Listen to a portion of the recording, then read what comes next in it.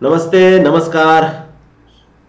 सर्वांचं स्वागत करतो पुन्हा एकदा आपला आवडता युट्यूब चॅनल पोलीस भरती गुरु हार्दे सर या आपल्या आवडत्या युट्यूब चॅनलमध्ये मी आपला मित्र हार्दे सर सर्वांचं मनापासून या ठिकाणी स्वागत करतो. विद्यार्थी मित्रांनो, राज्य उत्पादन शुल्क भरती 2023 उद्यापासून पेपरला होते सुरुवात.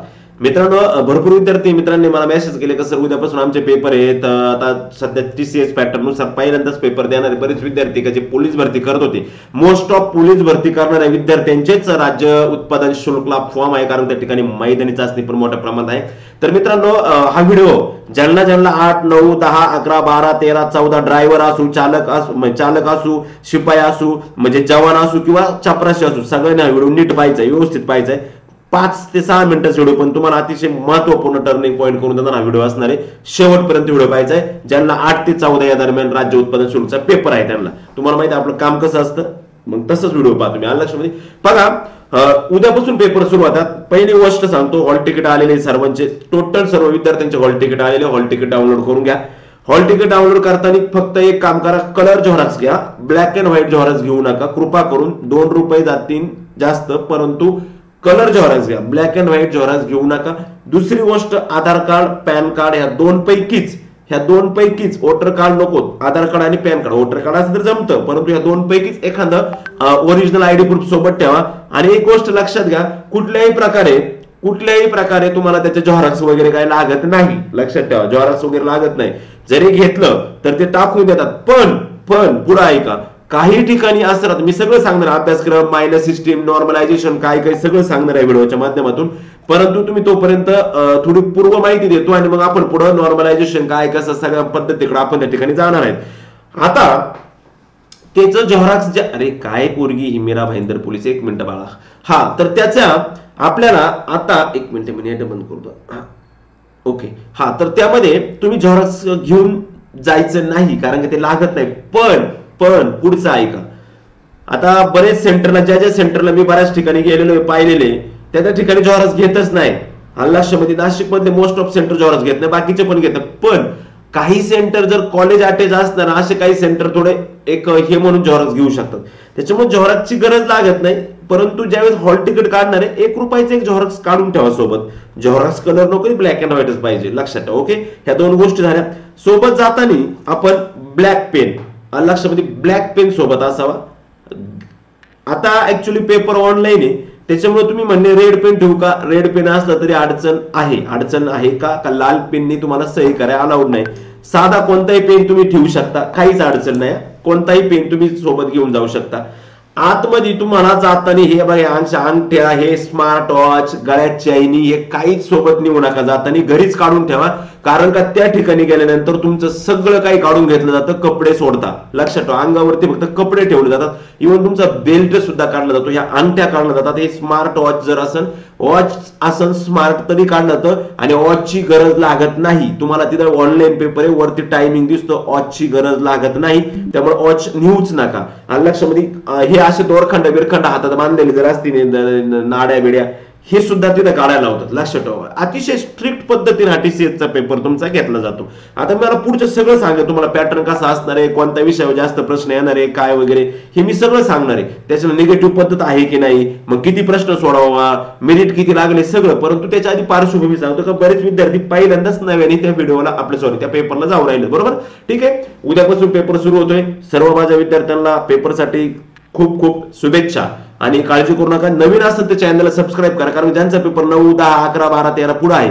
उद्या आपल्याला प्रश्न कळले का आपण लगेच व्हिडिओ घेणार. उद्या आपल्याला प्रश्न कळले का आपण लगेच त्याच्यावरती काय करत जाणार आहे, व्हिडिओ त्या ठिकाणी घेत जाणार आहे. आणि लक्षात, त्याच्यामुळे काही अडचण नाही तुम्हाला, नो टेन्शन. सगळं माहिती तुम्हाला मी पुरेपूर देणार आहे. आणि सगळ्यात महत्त्वाचं म्हणजे आपण राज्य उत्पादन शुल्कची जी टेस्ट सिरीज चालू केली ती बऱ्याच विद्यार्थ्यांनी 2-3 बॅच आपल्या चालू होत्या, त्याचा लाभ घेतलेला आहे आणि त्याचा कालच शेवट झालेला आहे. ओके, चला आता पूर्व माहिती कळली. पेपरच्या आधी सांगितलेल्या वेळेतच हजर राहा. आता तुम्हाला जर सांगितलं स्टार्ट टाइम 7:30चा आहे सकाळचा, बरोबर, सकाळचा स्टार्ट टाइम 7:30चा आहे. मग एका नंबर 7:45 झाले, आता मी काय करू, काळजी नको करू. 7:30चा टाइम हा रिपोर्टिंग टाइम असतो, म्हणजे तिथपासून तर 8:30 पर्यंत तू त्या 1 तासामध्ये काय करायचं, 8:30 नाही, 8:45 पर्यंत त्या 1 तासामध्ये 1 तास सव्वा तासात काय करायचं, त्या ठिकाणी पोहोचायचं असतं. 7:30चा टायमिंग. मी असं नाही तू 7:45 झालं तुला मला आता घेणार नाही असं नाही. पण हे घाबरू नये किंवा घाई करू नये म्हणून मी सांगतोय. पण तुम्ही आपापल्या वेळेतच हजर राहा. लक्षामध्ये सेंटरला वेळेत हजर राहा। जर बाकी तुमचा रिपोर्टिंग टाइमचा गेट बंद होण्याचा टाइम जर संपला तर मग तुम्हाला आतमध्ये घेणार नाही, कारण ऑफलाईन पेपर नाही ते ऑनलाईन आहे। तुमचं परत आतमध्ये गेलं बायोमेट्रिक सिस्टीम वगैरे, फोटो काढा, डोळा मोठा करा, याव करा त्याव करा, लय राहतं, ते होत नाही नंतर पेपर चालू झाल्यानंतर। तसं ऑफलाईनला तुम्ही 15 मिनिटं उशिरा गेले ना तरी क्वेश्चन पेपर घेतलं का सुरू दानादन असं आहे, तसं तिथं चालत नाही। म्हणून वेळेत हजर राहा, वेळेत पेपरला जा, ही तुम्हाला होती प्राथमिक आणि महत्वाची माहिती। आणि लक्षामध्ये बॅग वगैरे सगळ्यांनी आपलं आपलं सामान त्याच्यात आपल्याला ठेवावं लागतं, बेल्ट सुद्धा काढला जातो, सगळ्या गोष्टीचा विचार करूनच तुम्ही पेपरला जा। ओके, ही झालं आपलं प्रथम। आता आपण पुढे जातोय का जे उद्यापासून पेपर सुरू होतोय तुमचा त्याच्या आधीची माहिती ही दिलेली। आता आपण पुढे पाहणार पॅटर्न काय असणार आहे, विषय कोणत्याला जास्त सोपा असणार, निगेटिव्ह पद्धत वगैरे। ओके, तर चला मी तुम्हाला आता तिकडे घेऊन जातो थोडंसं।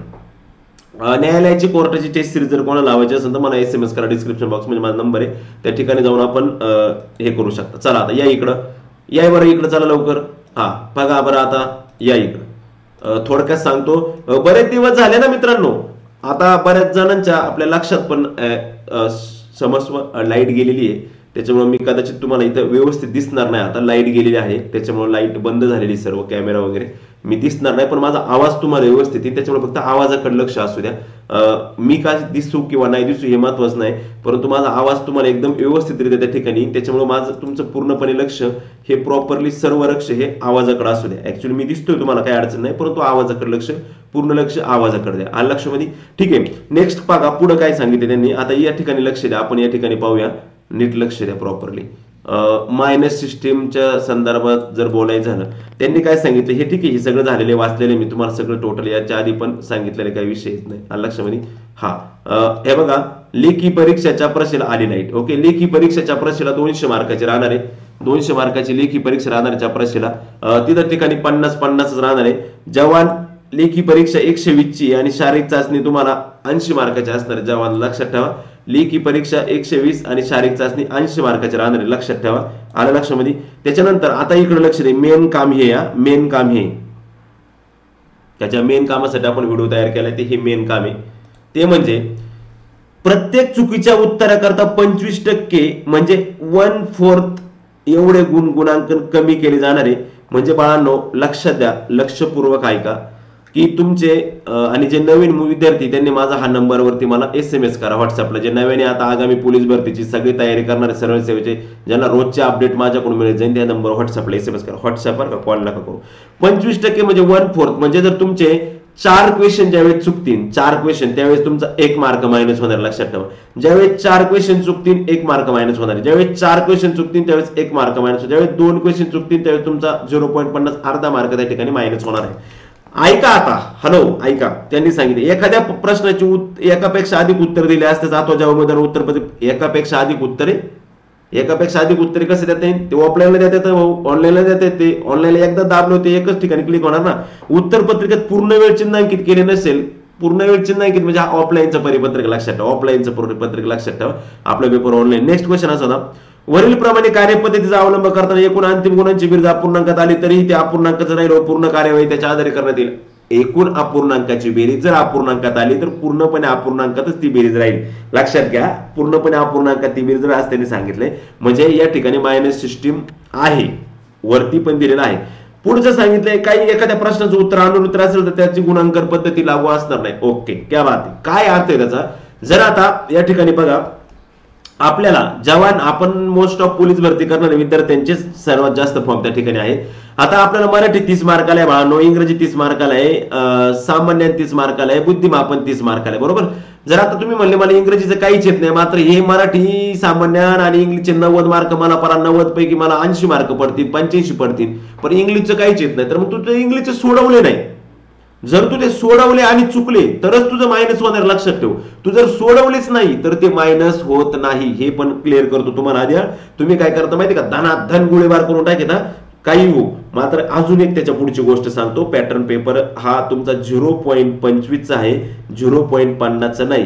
त्याच्यामुळे जर तुमचं ह्या 3 मध्ये जर ऍक्युरसी चांगली आली, मराठी सामान्य बुद्धिमापन मध्ये जर ऍक्युरसी चांगली आली तर इंग्रजीमध्ये तुम्ही रिस्क घेऊ शकता। कारण की जर 25 क्वेश्चन तुम्ही गोळ्या मारल्या, असं समजा, मारू नये बरं का, हे मारू नये, हे माझं काम नाही तुम्हाला सांगणं गोळ्या मारणं वगैरे, पण एक मी विद्यार्थ्यांच्या स्कोअरमध्ये थोडीशी वाढ व्हावी म्हणून जर तुम्ही बाय चान्स 25 क्वेश्चन मध्ये तुम्ही असं समजा की गोळ्या मारल्या आणि 8 गोळ्या तुमच्या बरोबर आल्या, बरोबर 8 गोळ्या बरोबर आल्या असं समजा, आणि 8 जर बरोबर आले ते हे 2 आणि ते 15 म्हणजे 17 गोळ्या तुमच्या चुकल्या. जर 17 गोळ्या तुमच्या चुकल्या जर आणि 8 गोळ्या जर बरोबर आल्या तर 8 गोळ्यांचे तुम्हाला 8 मार्क मिळणार आहे, बरोबर आहे. पण 17 चुकले त्याचं काय, 17 चुकले तर 4 चोक 16 म्हणजे त्या ठिकाणी तुमचे 4.25 मार्क कमी होणार आहे. मग आता या ठिकाणी तुमचे 4.25 मार्क कमी होणार आहेत 4.25, पण ते ह्या 8 मधून 4.25 मार्क कमी होणार आहे, म्हणजे तुम्हाला 3.75 मार्क हे तुमच्या नशिबात आले. अरे लक्षात, हे 3.75 मार्क तुमच्या पदरात पडलेत. पण तुम्ही जर 25 पैकी 25 सोडून जर दिले, 25 पैकी 25 सोडून दिले तर ते 3.75 जे मार्क पडणार आहे तुम्हाला ते पण मिळणार नाहीत, असा त्याचा नियम आहे. त्याच्यामुळे थोडी रिस्क घेऊ शकता, कारण का 0.25 आहे. 0.50 जर असतं तर मीच सांगितलं असतं बिलकुल सोडू नका, आणि 0.50 असतं तर मेरिट पण लागणार 70 मार्कावरती. आता गंमत अशी मित्रांनो, या ठिकाणी तुम्हाला एक विषय असा आहे का जो विषय तुम्हाला खूप मोठा आहे आणि खूप तारू शकतो, तो म्हणजे मराठी व्याकरण. या ठिकाणी तुम्हाला 30 पैकी 30च मार्क मिळू शकतात आणि तेवढेच घ्यायचा प्रयत्न करा. पॅसेज पडू शकतो आता आपल्याला लक्षात ठेवा, लक्षामध्ये पजल नसेल पण पॅसेज पडू शकतो लक्षात ठेवा, कारण का या सॉरी आपलं काय म्हणतात त्याला, ते पॅराजंबल नसेल पण पॅसेज पडू शकतो. कारण की काल जलसंपदाचा पेपर झाला, 25 मार्कामध्ये 5 मार्काचा पॅसेज पडला, तुम्हाला तर 30 मार्क आहे, 30 क्वेश्चन आहेत, त्याच्यामुळे पॅसेज येऊ शकतो. पॅसेजच्या संदर्भात काही बोलायची अडचण नाही, पॅसेज येऊ शकतो, सांगता येत नाही. त्याच्यापेक्षा महत्वाचं अजून एक गोष्ट म्हणजे की तुम्ही पेपर सोडवताना व्यवस्थित सोडवायचा. हे कीबोर्ड आहे, कीबोर्डचा बिलकुलही वापर करायचा नाही, लक्षात ठेवा. कीबोर्डचा वापर काही पासवर्ड काही काल जलसंपदाच्या पेपरला काही काही केलं, ते कीबोर्ड वापरला ना प्रॉब्लेम होतो. आपला माऊसनीच करायचा, माऊस वापरायचं तरी कुठे राजा, तुला फक्त पासवर्ड तुझी काही जन्मतारीख असेल ते टाकायला पासवर्डला, तेवढेच अंक हे करायचे एकदम व्यवस्थित. आणि पेपरला ज्यावेळेस बसन त्यावेळेस एक सांगतो, पेपरला बसल्यानंतर बाकी कुठलंही टेन्शन घ्यायचं नाही, असं समजायचं मी एकदम नॉर्मली आलेलो आहे आणि नॉर्मली पेपर द्यायचा, तुम्हाला सगळं सुचतं. लोडमध्ये गेला का गणगण होती, गणगण करून घ्यायची नाही पेपरला कुठल्याच पद्धतीची, पेपर व्यवस्थित सोडवायचा. आता राहिला प्रश्न, मायनस सिस्टीम आहे का, ओ आहे. पेपरला कोणत्या पेपर टॉपिक वेटेज द्यावं लागेल, मराठी, इंग्रजी, सामान्य, बुद्धिमत्ता.